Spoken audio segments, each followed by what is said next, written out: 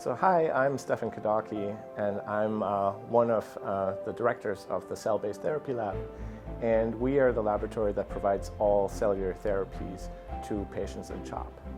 And this includes things like bone marrow transplants, but also novel therapies like CAR-T therapies and gene therapy for hemoglobin diseases like sickle cell disease and beta thalassemia. CAR-T cell therapy is a revolutionary therapy. It was actually initially developed here at UPenn and at CHOP. In CAR-T cell therapy, you use the patient's own cells and reprogram them to kill the patient's cancer. This works really well in certain leukemias in children.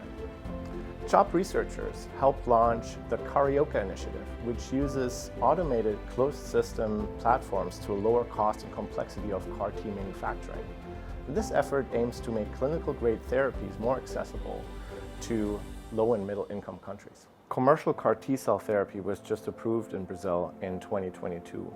However, because of the socialized healthcare system that they have there, it is not accessible because of the large cost to many patients who would benefit from it there. CHOP has developed a way to make CAR-T cell therapy at a fraction of this cost.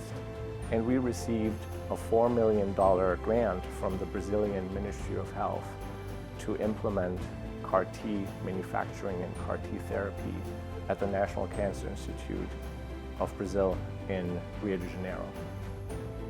So the way we're making CAR-T cells employs automation and a very streamlined process.